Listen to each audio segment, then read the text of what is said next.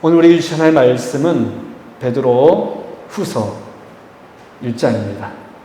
베드로 후서 1장 12절입니다. 12절에서 21절 말씀까지 베드로 후서 1장 12절에서 21절.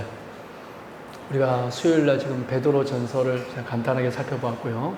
베드로 후서 1장 오늘 나눕니다.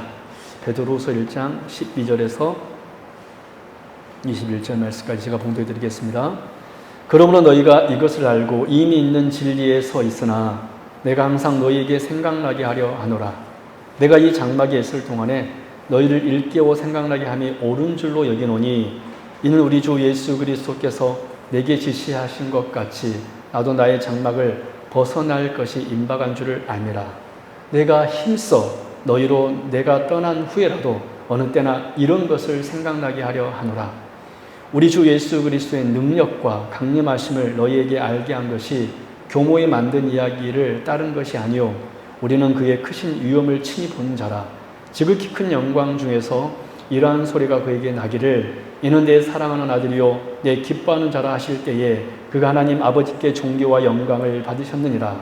이 소리는 우리가 그와 함께 거룩한 산에 있을 때에 하늘로부터 난 것을 들은 것이라. 또 우리에게는 더 확실한 예언이 있어 어두운 데를 비추는 등불과 같으니 날이 새어 샛별이 너희 마음에 떠오르기까지 너희가 이것을 주의하는 것이 옳으니라. 먼저 알 것은 성경의 모든 예언은 사사로이 풀 것이 아니니 예언은 언제든지 사람의 뜻으로 낸 것이 아니요 오직 성령의 감동하심을 받은 사람들이 하나님께 받아 말한 것이니라. 아멘. 네, 할렐루야. 오늘 오신 여러분들을 진심으로 환영하고 축복합니다. 우리 성도님들 지난 3일 동안 잘 지내셨죠? 네, 저도 여러분 덕분에 잘 쉬고 있습니다. 네, 잘 쉬고 있습니다. 오늘 이 시간 또 하나님께서 큰 은혜를 더해 줄 줄로 믿습니다. 아까 제가 여기 오는데 어떤 젊은 부부가 2층에서 이렇게 주보를 보고 계시더라고요. 그래서 어떻게 오셨어요? 하니까 이 근처에 이사 오셨다고 그러더라고요. 그래서 마침 되겠다 싶어서 주보를 건네드리면서 이번 주에 꼭 한번 오십시오. 저에게 좋은 교회입니다. 하니까 그 젊은 부부가 네, 한번 이번 주에 한번 오도록 하겠습니다. 그러더라고요. 올 수 있도록 기도해 주십시오.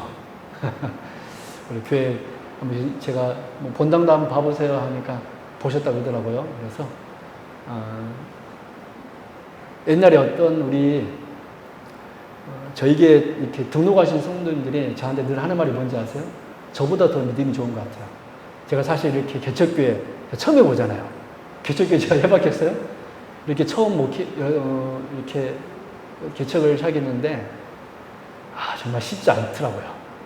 작년 1년 이렇게 지내면서 제가 이렇게 목회하는 것이 참 쉬운 일이 아니다 그런 생각이 들었는데 등록하신 분들마다 저한테 하는 말이 뭐냐면 목사님, 우리 세움교회는 반드시 부흥하게 되어 있습니다. 이러더라고요.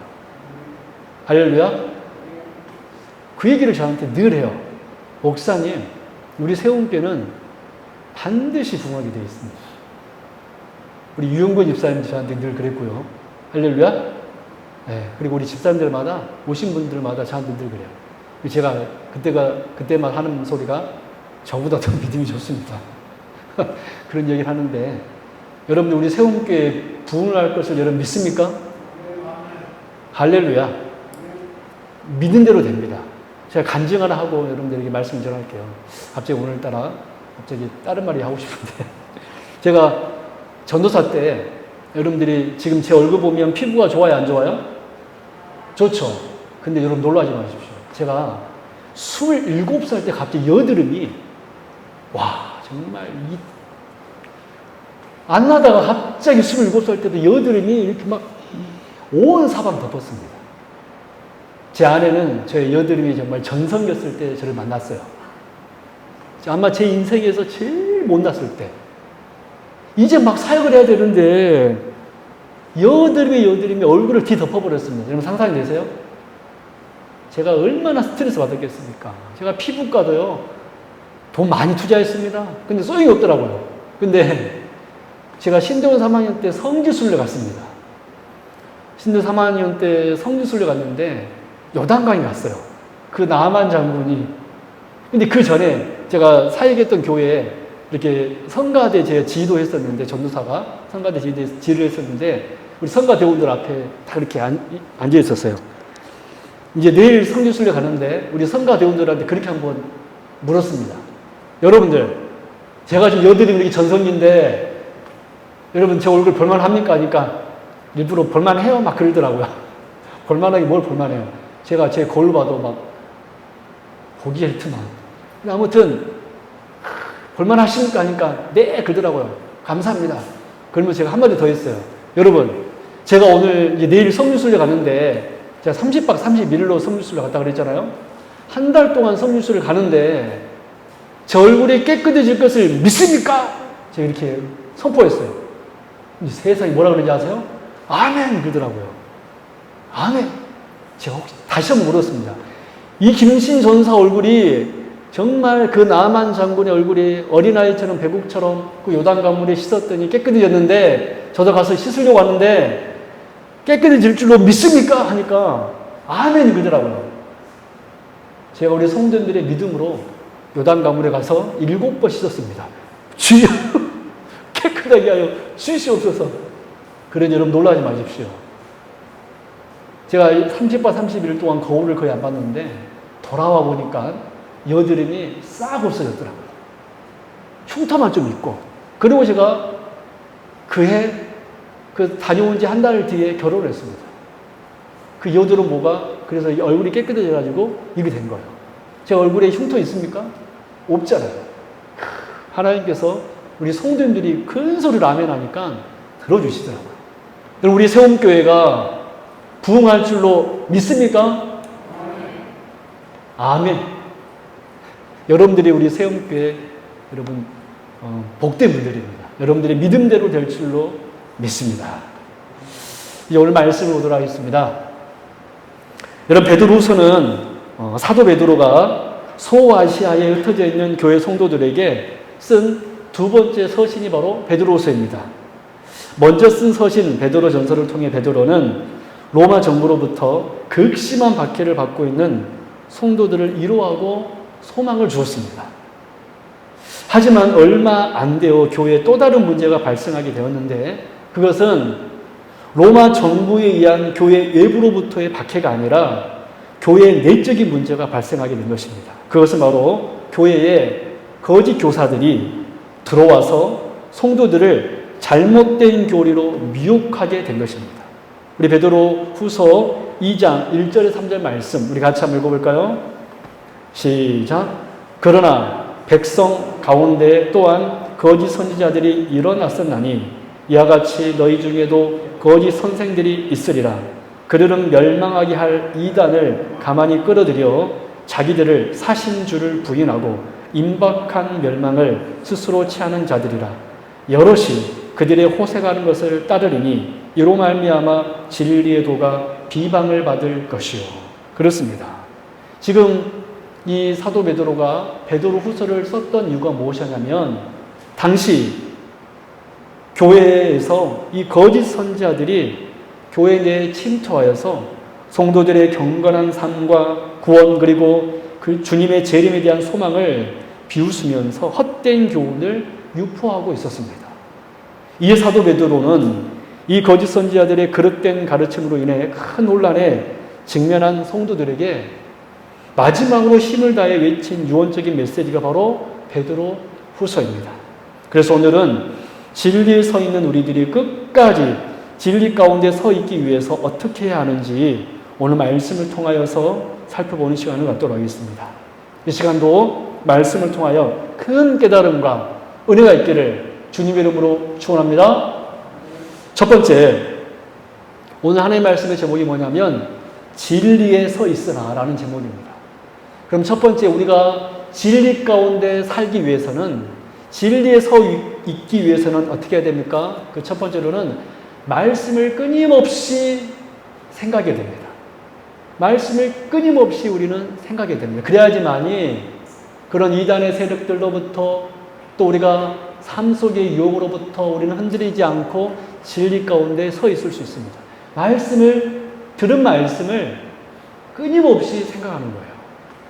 여러분 12절 말씀 볼까요? 12절 같이 읽습니다. 시작. 그러므로 너희가 이것을 알고 이미 있는 진리에 서 있으나 내가 항상 너희에게 생각나게 하려 하노라. 그분은 언제나 지실래요?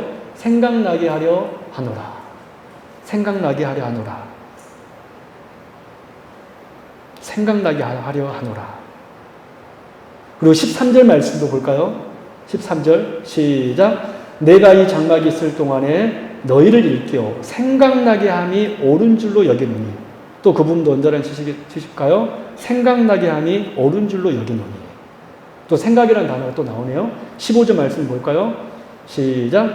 내가 힘써 너희로 하여금 내가 떠난 후에라도 어느 때나 이런 것을 생각나게 하려 하노라. 네, 생각나게 하노라. 여러분 지금 사도 베드로가 계속해서 반복하고 있는 말씀이 무엇입니까? 생각나게 하려 하노라입니다. 생각나게 하려 하노라. 그렇습니다. 저와 여러분이 진리 가운데 살기 위해서는 첫 번째 하나님의 말씀을 끊임없이 생각해야 됩니다. 생각나게 하려 하노라. 생각나게 함이 옳은 줄로 여기노니 생각나게 하려 하노라. 그럼 왜 사도는 이렇게 3번이나 말씀을 생각을 하고 강조하고 있는 것입니까? 그 이유는 바로 주의 말씀을 생각하지 않으면 우리가 실족할 수밖에 없기 때문입니다. 사도 바울에게 특별히 3번이나 강조해서 이렇게 말한 것은 사실 그의 경험 때문이었습니다. 여러분 우리 마태복음 26장 말씀을 볼까요? 마태복음 26장 31절 말씀 보도록 하겠습니다. 같이 읽겠습니다. 시작. 그때에 예수께서 제자들에게 이르시되 오늘 밤에 너희가 다 나를 버리리라. 기록된 바 내가 목자를 치리니 양의 떼가 흩어지리라 하였느니라. 마태복음 26장 33절 34절 또 읽어볼까요? 시작. 베드로가 대답하여 이르되 모두 주를 버릴지라도 나는 결코 버리지 않겠나이다. 예수께서 이르시되 내가 진실로 내게 이르노니 오늘 밤 다 굴기 전에 네가 3번 나를 부인하리라. 여러분 우리가 이 이야기를 잘 알고 있죠. 그렇게 호언장담했던 베드로가 결국 어떻게 되었습니까? 마태복음 26장 69절에서 75절 말씀을 쭉 보면 그는 3번 예수님을 모른다고 저주가 있습니다. 나는 예수님을 모른다. 나는 예수님을 모른다. 나는 예수님을 모릅니다. 그렇게 호언장담했던 베드로는 3번이나 예수님을 모른다고 부인했습니다. 여러분 정녕 이렇게 그 어떤 신앙인이라도 자신의 신념으로 굳은 결심으로 신앙생활을 할 수 없습니다. 여러분 얼마나 사도 베드로가 수지자입니까? 3년 반 동안 예수님과 따라다니면서 예수님과 동고동락했던 사람입니다. 그런 그도 호언장담했는데 자기 신념으로 여러분 예수님을 어떻게 했나요? 그렇게 호언장담했지만 그렇게 예수님 앞에 예수님 저 절대로 다른 모든 제자는 다 버릴지라도 나는 주를 따르겠나이다 라고 했던 그 베드로가 어떻게 했습니까? 무려 3번이나 예수님을 부인했습니다. 여러분 절대 신앙은요 우리의 신념과 결심으로 할 수 있는 것이 아닙니다. 내가 아무리 결심하고 또 결심할지라도 그 신념으로 여러분 신앙생활을 하는 것이 아닙니다. 그런 베드로를 비롯한 다른 제자들이 정말 예수님께서 십자가의 그 군병들로부터 잡히고 십자가에 못 박히는 그 절체절명의 위기 상황 속에서 여러분 얼마나 이런 위기입니까? 하루아침에 완전히 망한 거예요. 한마디로. 자기들의 생각이 완전히 빗나간 것입니다. 여러분 베드로를 비롯한 다른 제자들이 그 위기 속에서 정말 기억하고 의지해야 했던 것이 무엇일까요? 자신들의 신념이었을까요? 아닙니다. 여러분 아주 중요한 말씀입니다. 우리 마태복음 26장 31절 32절 말씀 보십시오. 정말 이 말씀 중요한 말씀인데요. 정말 그들이 이 위기의 순간에 무엇을 기억하여야 했는가? 우리 같이 한번 읽어보겠습니다. 시작. 그때에 예수께서 제자들에게 이르시되 오늘 밤에 너희가 다 나를 버리리라. 기록된 바 내가 목자를 치리니 양의 떼가 흩어지리라 하였느니라. 이 부분도 중요합니다. 같이 읽습니다. 시작. 그러나 내가 살아난 후에 너희보다 먼저 갈릴리로 가리라. 여러분 참 봐보십시오. 지금 제자들이 이 위기의 순간에 예수님이 로마의 군병에 잡혔습니다. 심지어 예수님이 십자가에 못 박혀버렸습니다. 그렇다면 이 순간에 그들이 기억해야 되는 것이 무엇입니까? 바로 이 말씀이었습니다. 내가 비록 십자가에 죽지만 무슨 말씀을 하고 있습니까? 그러나 내가 살아난 후에 너희보다 먼저 갈릴리로 가리라. 할렐루야.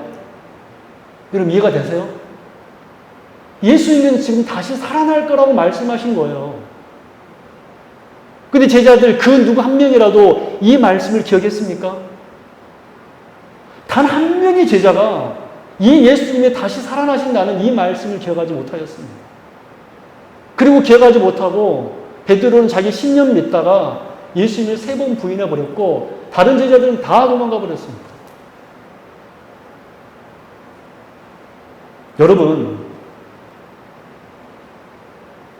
지금 베드로를 비롯한 제자들이 정작 기억해야 되는 것은 바로 이 하나님의 주님의 말씀이었습니다. 내가 다시 살아나리라. 그렇다면 제자들이 예수님이 십자가에 못 박힌 다음에 바로 어디로 가야 했습니까? 갈릴리로 가야 했었어요. 근데 그들은 여전히 무서워서 예루살렘에서 문 닫고 숨어 있었습니다. 우리 사랑하는 성도 여러분, 신앙생활은요, 절대로 내 신념으로 하는 거 아니에요. 나 신앙생활 잘해야지. 의지가 강한 사람이 주의 백성답게 살 수 있는 것이 아닙니다. 성경은 절대로 그렇게 말하고 있지 않습니다. 심지어 세상에서 성공한 사람일지라도 신앙생활 잘한다고 장담할 수 없어요. 사회생활과 신앙생활은 완전히 다르거든요. 오히려 성경은 무엇을 이야기하고 있냐면 끊임없이 주의 말씀을 기억해라. 끊임없이 주의 말씀을 기억하라. 만약 이 제자들이 정말 그 위기의 순간 속에서 주님께서 다시 살아나신다는 이 말씀, 내가 너희들 먼저 갈릴리로 가리라, 살아난 후에 이 말씀을 기억했다면 예수님의 십자가에 죽으셨을지라도 두려워할 필요가 있었습니까? 없잖아요. 근데 그들은 이 말씀을 잊어버렸기 때문에 두려움 떨면서 문 닫고 그러고 있었습니다. 베드로는 3번 부인해버리고 제자들은 다 도망가 버리고. 이유가 뭐 때문이었죠? 이 마태복음 26장 32절의 이 주님의 말씀을 그들이 생각하지 못했기 때문입니다. 여러분, 우리가 신앙생활 잘하기 위해서는요, 다른 것이 없습니다. 제가 왜 우리 교회 와서 말씀을 강조하는지 아세요? 저는 우리 성도님들이요, 하나님의 말씀 들을 때 정말 감격 속에서 들었으면 좋겠어요. 왜 그러냐면 말씀을 모르면 여러분 그것은 신앙생활이 아닙니다. 하나님의 말씀을 잃어버리면, 생각하지 못하면 그 베드로라 할지라도 예수님을 직접 눈으로 본 사람이라 할지라도 예수님을 부인해버리는 그런 인생이 된다는 것입니다. 이런 그래서 우리가 진리에 서 있기 위해서는요, 이단으로부터, 세상의 유혹으로부터 흔들리지 않기 위해서는요, 오늘 우리가 이 시간 이 들은 말씀을 기억해야 됩니다. 할렐루야. 여러분들이 제가 하나님이 세우신 주의 종이라고 믿는다면, 정말 하나님께서 세운 교회에 보낸 하나님의 종이라고 여러분들이 믿는다면 오늘 이 말씀을 기억하고 생각하라는 거예요. 김신 목사가 대단해서가 아닙니다. 여러분들은 저보다 더 훌륭한 분들이잖아요. 저보다 더 인생을 많이 오래 살았고 저보다 더 경험 많은 분들이잖아요. 그러나 그럼에도 불구하고 여러분, 오늘 말씀을 기억할 수 있기 바랍니다. 저는 우리 세운교 성도들은 제가 소원이 있어요. 정말 말씀 사랑했으면 좋겠다. 여러분, 제가 왜 말씀 강해 설교하는지 아세요? 여러분, 저도 편하게 설교하고 싶습니다. 그런데 왜 제가 말씀을 연구하고 또 연구하고 정말 제 나름대로 예를 씁니다. 왜 그런지 아세요? 말씀 모르면 실족할 수밖에 없기 때문에 그래요. 하나님께서 세움교회 저를 보내신 이유는 딱 이겁니다. 주의 말씀을 전하기 위하여. 저는 우리 성도님들이 오늘 이 사도의 가르침대로 진리에 서 있기 위해서는 말씀을 생각해야 됩니다. 할렐루야. 우리 성도님들 흔들리지 마십시오. 흔들려 버리면 멸망받게 되겠습니다. 두 번째, 우리가 지금 진리에 서 있으나 우리가 진리 안에 서 있기 위해서는 우리의 유한한 인생을 알고 주의 능력과 강림을 사모해야 됩니다. 우리 한번 따라해 볼까요? 나의 유한함을 알고, 그 부분 설교 노트는 안 적혀있는데 좀 첨가해서 써볼 수 있게 바랍니다. 나의 유한함을 알고 주의 능력과 강림을 사모하라. 여러분, 우리가 지금 진리에 서 있으나 우리가 진리 안에 서 있기 위해서는 우리의 유한함을 알고 주의 능력과 강림을 사모해야 됩니다. 우리 오늘 본문 13절 14절 같이 읽겠습니다. 시작. 내가 이 장막에 있을 동안에 너희를 일깨워 생각나게 함이 옳은 줄로 여기노니 이는 우리 주 예수 그리스도께서 내게 지시하신 것 같이 나도 나의 장막을 벗어날 것이 임박한 줄을 알미라. 아멘. 여러분, 그 부분 장막이라는 단어에 여러분 주목하시기 바랍니다. 사도 베드로는 지금 자신의 육신을 장막에 비유했습니다. 여러분, 장막이 무엇입니까? 임시초소예요. 장막은 영원한 초소가 아니라 임시초소입니다. 그래서 베드로는 자신의 죽음이 임박함을 알고 자신의 육체를 장막에 비유하여 우리 인생의 유한함을 알라라고 지금 성도들에게 말하고 있습니다. 우리 인생은 유한하다. 우리 인생은 유한하다. 그렇습니다. 저와 여러분이 지금 진리 가운데 서 있으나 우리가 계속해서 진리 안에 서 있기 위해서는 먼저 우리는 우리의 유한함을 알아야 됩니다. 즉 하나님께서 우리를 언제 우리를 부를지 우리는 모르니 우리는 늘 오늘 하루를 점검하면서 썩어 없어질 세상의 것을 사모하는 것이 아니라 그 다음 말씀 15절 16절에 있는 말씀 우리 같이 한번 읽어볼까요? 시작. 내가 힘써 너희로 하여금 내가 떠난 후에라도 어느 때나 이런 것을 생각나게 하려 하노라. 우리 주 예수 그리스도의 능력과 강림하심을 너희에게 알게 한 것이 교모히 만든 이야기를 따른 것이 아니요 우리는 그의 크신 위엄을 친히 보는 자라. 그렇습니다. 세상의 것을 사모하지 말고 주의 능력을 사모하고 주의 다시 오심, 강림하심을 사모하라는 거예요.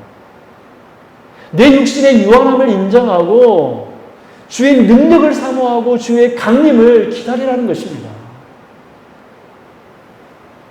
그렇습니다. 지금 우리가 진리 안에 서 있기 위해서는 내 인생의 유한함, 언제 주님께 나를 부를지 모른다는 것을 알고 오늘 하루 최선을 다하며 사는 것입니다. 여러분, 내일이 나의 생애라고 이런 생각하지 마십시오. 절대로 내일은 내가 장담할 수 없습니다. 여러분,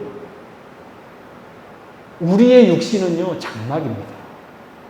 장막이에요. 그러나 사도 베드로가 뭐라고 권면했습니까? 우리 인생의 유한함을 알아 주의 능력을 사모해라. 할렐루야. 주님의 다시 오심을 사모해라. 주의 강림을 사모해라. 여러분, 그래서 사도 바울도 고린도 후서 5장 1절 2절 말씀에서 이런 말씀 우리에게 같이 권면하고 있습니다. 같이 읽어볼까요? 시작. 만일 땅에 있는 우리의 장막집이 무너지면 하나님께서 지으신 집 곧 손으로 지은 것이 아니요 하늘에 있는 영원한 집이 우리에게 있는 줄 아느니라. 참으로 우리가 여기 있어 탄식하며 하늘로부터 오는 우리의 초소로 덧입기를 간절히 사모하노라. 아멘. 여러분, 그렇습니다. 사도 바울도 땅에 있는 장막집을 자신의 육체로 비유하면서 우리가 정말로 사모해야 될 것은 하늘에 있는 영원한 집, 우리 주님이 이 땅에 오심으로 우리에게 주실 그 영원한 집을 오히려 사모하며 살라라고 우리에게 권면하고 있는 것입니다. 우리 사랑하는 성도 여러분, 이 세상에 얼마나 많은 유혹이 있습니까? 이단 사상이 얼마나 많이 있습니까? 거짓 교리들이 얼마나 많이 있습니까? 이러한 상황 가운데 우리 신자는, 우리가 진리 안에 있기 위해서는 내 인생의 요한함을 알고 주의 능력과 주의 다시 오심을 기억하면서 하나님 나라를 사모하며 사는 저와 여러분 될 수 있기를 바랍니다. 여러분, 신자는 어떤 사람입니까? 주님을, 다시 오실 주님을 기다리며 사모하는 사람들이 참 신자입니다. 세상 것 때문에 죽고 사는 인생이 아니라 그 영원한 하나님 나라를 기다리면서 주의 능력이 오늘 나에게 임하였음을 감사하며 사는 사람, 그 사람이 신자입니다. 왜 그렇습니까? 우리 시민권은 이 땅에 있는 것이 아니라 하늘에 있기 때문에 그렇습니다. 우리 사랑하는 성도 여러분, 저는 여러분들이 끝까지 주님 안에 사는 사람들이 되길 바랍니다. 그러기 위해서는 주의 능력과 주의 강림을 사모하십시오. 마지막 세 번째입니다. 우리가 진리 안에 있기 위해서는 마지막 세 번째로 주님의 빛이 우리에게 임해야 됩니다. 우리 19절 말씀 같이 한번 합독할까요? 시작. 어두운 데를 비추는 등불과 같으니 날이 새어 샛별이 너희 마음에 떠오르기까지 너희가 이것을 주의하는 것이 옳으니라. 여러분, 거기 샛별이라는 단어 한번 체크하실래요? 여러분, 이 샛별은 무엇입니까? 민수기 24장 17절 말씀 보도록 하겠습니다. 같이 읽겠습니다. 시작. 내가 그를 보아도 이때의 일이 아니며 내가 그를 바라보아도 가까운 일이 아니로다. 한 별이, 거의 한 별, 우리 생각하시고 같이 읽습니다. 시작. 야곱에게서 나오며 한 규가 이스라엘에게서 일어나서 모압을 이쪽에서 저쪽까지 쳐서 무찌르고 또 셋의 자식들을 다 멸하리로다. 그렇다면 이 별을 또 구체적으로 요한계시록에서는 더 정확하게 이렇게 선포하고 있습니다. 야곱의 후손, 요한계시록 22장 16절 같이 읽겠습니다. 시작. 나 예수는 교회들을 위하여 내 사자를 보내어 이것들을 너희에게 증언하게 하였노라. 나는 다윗의 뿌리요 자손이니 곧 광명한 새벽별이라 하시더라. 아멘. 그렇습니다. 오늘 본문 19절의 샛별과 민수기 24장에서 이 별과 그리고 요한계시록 22장에 있는 이 샛별은 곧 누구입니까? 나 예수, 즉 우리 주 예수 그리스도 한 분뿐이십니다. 그리고 사도는, 베드로 사도는 이 샛별이 마음에 떠오르기까지 무엇을 주의하라고 하였습니까? 20절, 21절. 오늘 설교 노트는 안 적어졌는데 오늘 성경을 보면서 같이 한번 읽겠습니다. 20절, 21절 같이 읽겠습니다. 시작. 먼저 할 것은 성경의 모든 예언은 사사로이 풀 것이 아니니 예언은 언제든지 사람의 뜻으로 낸 것이 아니요 오직 성령의 감동하심을 받은 사람들이 하나님께 받아 말한 것이니라. 그렇습니다. 사도는 샛별이 마음에 빛이 임하기까지 무엇을 주의하라고 하였습니까? 성경을 자기 입맛에 맞춰 해석하는 자들을 주의하라는 것입니다. 주의 강림이 우리에게 오기까지 우리는 무엇을 주의하라고 이야기하고 있습니까? 이단의 교리들을 주의하라는 거예요. 우리가 진리 안에 있기 위해서는 세 번째로 이단의 거짓 교리에 흔들리지 말고 샛별이신 주님의 빛이, 진리의 말씀이 우리에게 늘 들려져야지만이 우리는 진리 안에 있을 수 있다는 사실입니다. 여러분, 이 시대 이단들 얼마나 성경을 사사로이 푼지를 모릅니다. 자신들의 교리를 만들기 위해서 성경을 자기 마음대로 해석을 해요. 뜻도 모르고 문맥도 모르고 그냥 글자, 문자 그대로만 해석해버립니다. 여러분, 이것을 주의하라는 거예요. 너희 샛별이 너희 마음에 떠오르기까지 성경을 사사로이 푸는 자들을 주의하라. 그래서 여러분들이 부족한 저를 위해서 늘 기도해야 되는 이유가 바로 이겁니다. 성령의 감동하심으로 말미암아 제가 성경을 바로 해석할 수 있도록, 여러분 기도해 주십시오. 기도해 주십시오. 그래야지만이 우리가 살고 우리 교회가 사는 것입니다.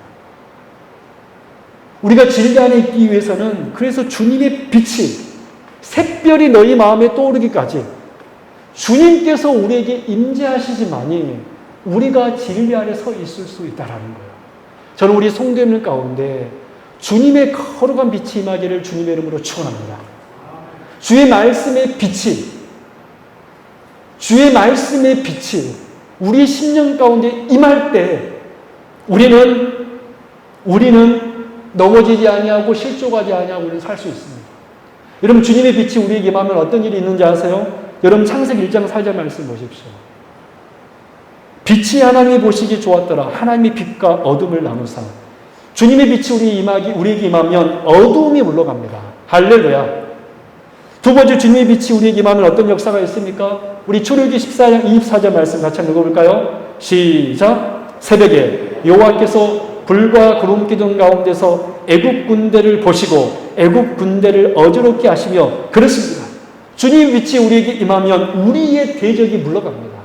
세 번째, 주님의 빛이 우리에게 임하면 어떤 역사가 있습니까? 시편 119편 105절 말씀 같이 읽겠습니다. 시작. 주의 말씀은 내 발의 등이요 내 길의 빛이니이다. 우리가 하나님 나라를 향하여 똑바로 나아갈 수 있습니다. 여러분 우리가 어떻게 진리 가운데 서 있을 수 있습니까?